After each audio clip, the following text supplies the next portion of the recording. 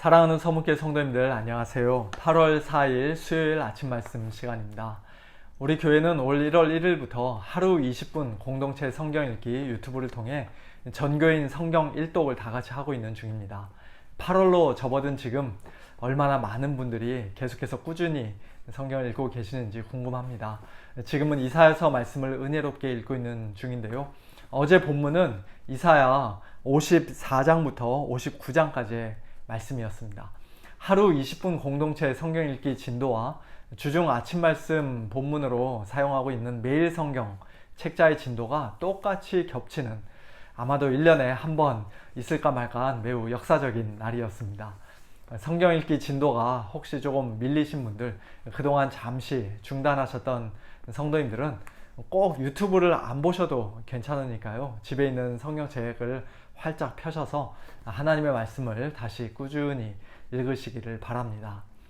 오늘 아침에 함께 묵상하실 하나님의 말씀은 이사야 56장 1절부터 8절까지입니다. 그중 1절과 2절 말씀을 제가 봉독해 드리겠습니다. 여호와께서 이와 같이 말씀하시기를 너희는 정의를 지키며 의를 행하라. 이는 나의 구원이 가까이 왔고 나의 공의가 나타날 것임이라 하셨도다. 안식일을 지켜 더럽히지 아니하며 그의 손을 금하여 모든 악을 행하지 아니하여야 하나니 이와 같이 하는 사람, 이와 같이 굳게 잡는 사람은 복이 있느니라. 아멘.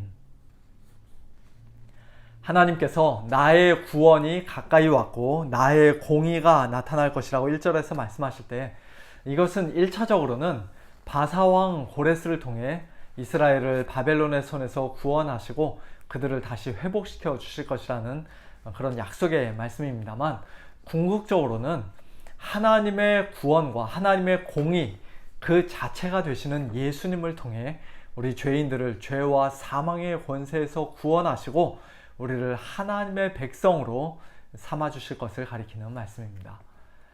그날에는 원래 하나님의 백성이 아니었던 이방인도, 또 마른 나무와 같이 아무런 생명을 낳지 못하고 자기 이름을 후대에 남길 수 없었던 고자도 구원을 받게 될 것입니다. 신명기 23장 1절에 의하면 고환이 상한 자나 음경이 잘린 자는 여호와의 총회에 들어오지 못하리라는 말씀이 있는데요. 그러나 메시아 시대에는 그와 같은 고자들도 복을 받아서 하나님의 집에서, 하나님의 성 안에서 아들이나 딸보다 나은 기념물과 이름을 하나님께 받게 될 것이며, 하나님께서 주신 그 영원한 이름이 끊어지지 않게 될 것이라고 5절에서 말씀합니다.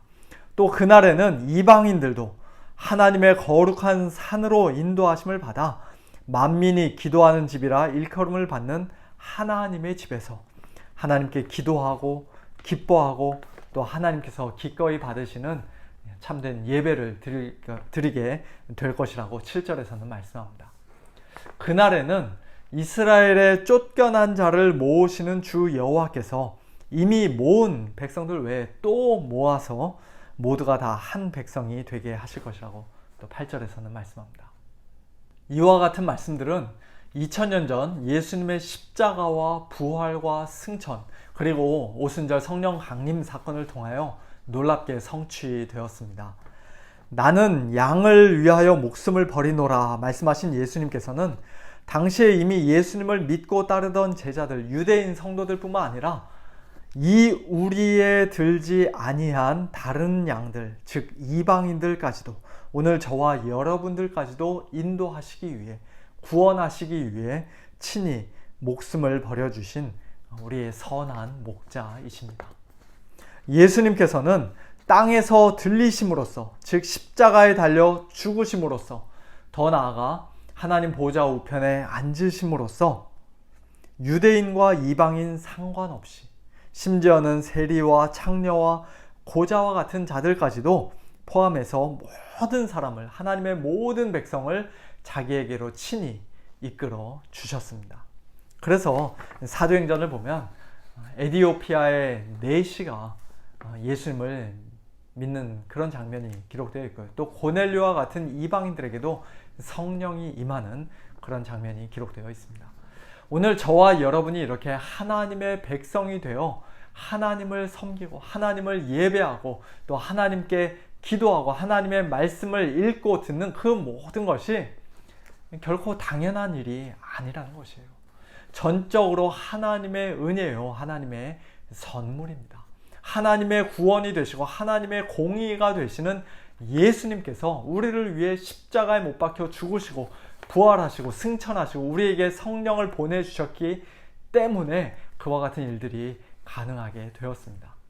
메시아 시대의 풍성이 부어지게 될 하나님의 그 놀라운 구원의 은혜와 의의 선물을 받는 자들에게 하나님께서 명령하시는 것이 하나 있죠. 그것은 바로 정의를 지키며 의를 행하라는 것입니다. 1절 말씀입니다. 다른 말로 하면 하나님의 백성답게 살라는 것이에요.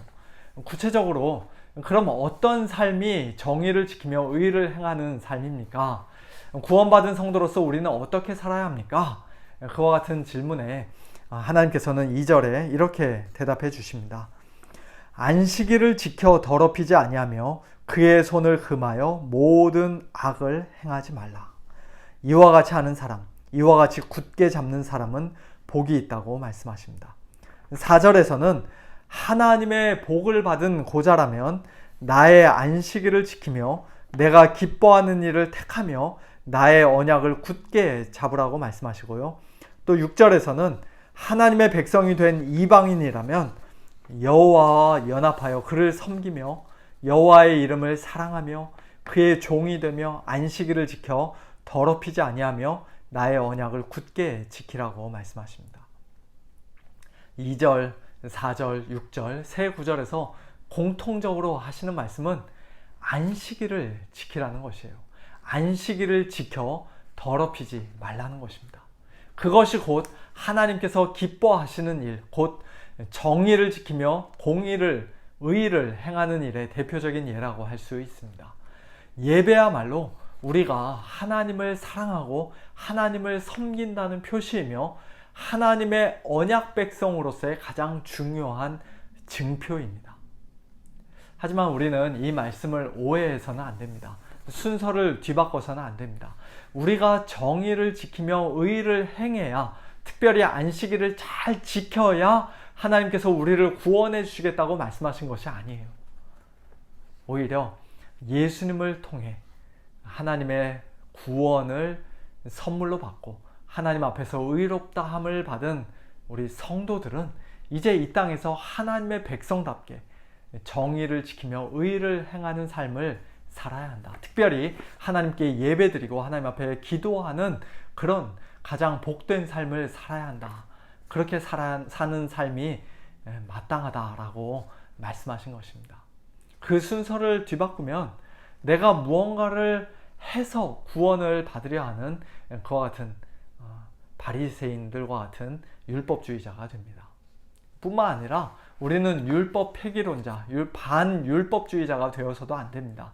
나는 이미 구원받았으니까 그 구원은 결코 취소되지 않고 끝까지 확실한 것이니까 그럼 이제 남은 인생 대충 적당히 죄 지으면서 악을 행하면서 살아도 되겠네요. 주일날 굳이 예배 안 드리고 여기저기 놀러 다녀도 괜찮겠네요. 그렇게 생각해서는 안 됩니다. 그것은 하나님께서 우리를 왜 구원해 주셨는지 아직 잘 모르고 있는 것이에요. 하나님의 구원과 공의에 대해서 크게 오해한 생각입니다. 우리 마음의 정욕과 욕심을 따라 죄를 짓고 악을 행하며 또 하나님께 예배드리지 않고 기도하지도 않는 그런 삶, 자기 마음대로 사는 삶은 가장 행복한 삶, 복된 삶이 아니라 가장 비참하고 절망적인 삶입니다. 하나님께서는 그와 같은 비참한 상태에서 우리를 건져주시기 위해, 우리를 구원해 주시기 위해 예수님을 십자가에까지 내어주신 것이에요. 우리가 만일 예수님을 믿는다 하면서도, 하나님의 백성이 되었다 하면서도 그와 같은 죄악된 삶을 계속해서 마음으로 동경하고 끊임없이 그렇게 살겠다, 여전히 그렇게 살겠다 고집하는 것은 마치 개가 그 토하였던 것에 돌아가고 돼지가 씻었다가 더러운 구덩이에 도로 눕는 것이나 마찬가지입니다. 창세기 18장에서 하나님께서는 일찍이 아브라함을 택하시고 그에게 복을 주신 이유에 대해서 이렇게 말씀하십니다. 내가 그로 그 자식과 권속에게 명하여 여호와의 도를 지켜 의와 공도를 행하게 하려고 그를 택하였나니. 의와 공도, 히브리어로는 ጼ데카와 미슈파트라고 하는데요. 오늘 본문 1절에서는 그것을 순서만 바꿔서 정의를 지키고 의를 행하라, 미슈파트를 지키고 ጼ데카를 행하라고 말씀하셨습니다. 그게 구원받은 성도의 마땅한 삶이라는 것이에요. 우리가 물론 인간관계에서도, 가정에서도, 교회에서도, 일터에서도 하나님의 백성답게 서로 사랑하고 용서하고 또 정직하게 성실하게 살고 항상 의를 행하고 선을 행하는 그런 삶을 살아야 합니다만, 그러나 하나님께서 기뻐하시는 정의와 의와 공도, 미시파트와 ጼ데카의 가장 기본은, 가장 우선순위는 무엇보다도 하나님을 바르게 예배하는 것입니다. 지난 주일에도 예배의 중요성에 대해 말씀을 드렸었는데요. 우리에게 반복해서 주시는 이런 말씀들을 통해 매주일 하나님께 올려드리는 예배에 대한 우리의 마음가짐과 자세를 다시금 돌아볼 수 있기를 원합니다. 억지로 마지못해 드리는 그런 예배가 아니라 그저 몸만 나와 있고 예배 의식의 껍데기만 남아있는 그런 형식적인 예배가 아니라 정말로 하나님께서 기뻐하시고 영광 받으시는 예배, 영과 진리로 아버지께 올려드리는 예배, 그리고 구원의 기쁨과 즐거움이, 또 하나님의 은혜에 대한 감사가 풍성이 넘치는 우리 서문교회의 예배, 저와 여러분의 예배가 될 수 있기를 간절히 소원합니다. 함께 기도하겠습니다. 하나님 아버지, 감사합니다. 이방인과 고자와 같이 감히 하나님께 나아갈 수 없었던 저희들, 죄와 허물로 죽었던 저희들을 불쌍히 여겨주시고 사랑하여 주셔서 하나님의 구원과 공의가 되시는 예수 그리스도를 통하여 저희들을 용서하시고 구원하여 주시고 하나님의 백성 삼아주시니 참으로 감사합니다. 오직 하나님의 은혜로, 오직 믿음으로 저희들이 이와 같은 놀라운 구원의 선물을 받았는데, 하나님 아버지, 오늘 저희들의 삶 가운데 하나님이 기뻐하시는 그 정의와 의의 열매가 참 너무나도 빈약하고 초라한 것을 고백하며 회개합니다. 특별히 하나님께 예배 드릴 때마다, 하나님 앞에 엎드려 기도할 때마다 저희들이 받은 그 은혜와 복을 헤아리면서 마땅히 하나님께 감사하고 기뻐해야 함에도 불구하고 저희들 때로는 그저 습관적으로 의무감에서 형식적으로 마지못해 하나님 앞에 예배드리고 기도하였던 저희들의 죄를 회개합니다.